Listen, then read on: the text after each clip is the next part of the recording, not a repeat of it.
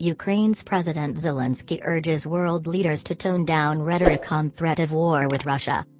Ukrainian President Volodymyr Zelensky said Friday other world leaders have been overstating the likelihood of war between his country and Russia, causing panic and destabilizing Kiev's economy.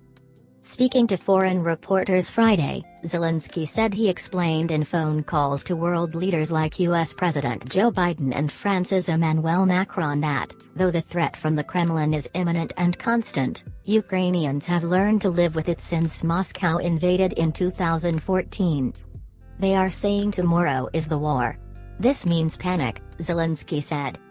Russia has amassed tens of thousands of troops on its border with Ukraine, prompting fears that Russian President Vladimir Putin is planning an incursion. Russia has repeatedly denied it plans to invade its western neighbor.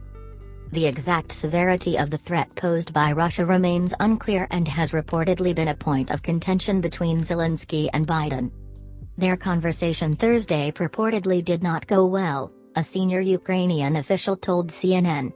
On the call, which the Ukrainian official described as long and frank, Biden was said to have warned that a Russian invasion was now virtually certain and imminent, while Zelensky restated his position that the threat from Russia remains dangerous but ambiguous.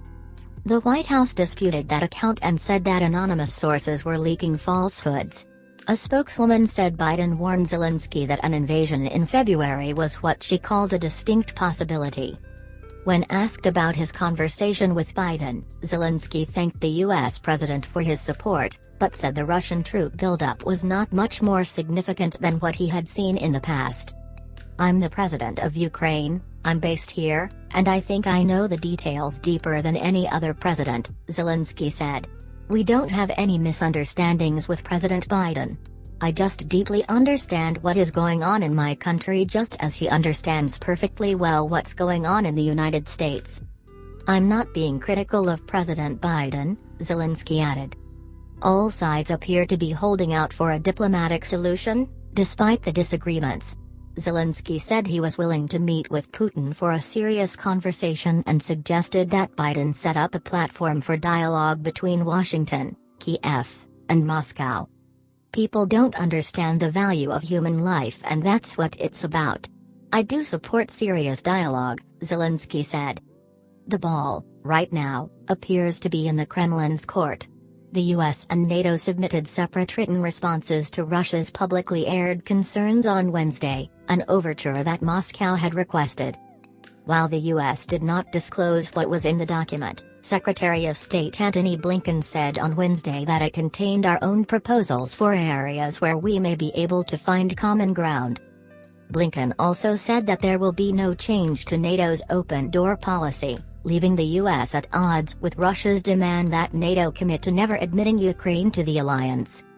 Russian Foreign Minister Sergei Lavrov said the document failed to address Russia's primary concerns, though he said there was hope for a serious conversation, but on secondary topics. "The main issue is our clear position on the inadmissibility of further expansion of NATO to the east and the deployment of strike weapons that could threaten the territory of the Russian Federation," Lavrov said. If you liked our video, click like and subscribe to our channel, follow the War News on our channel.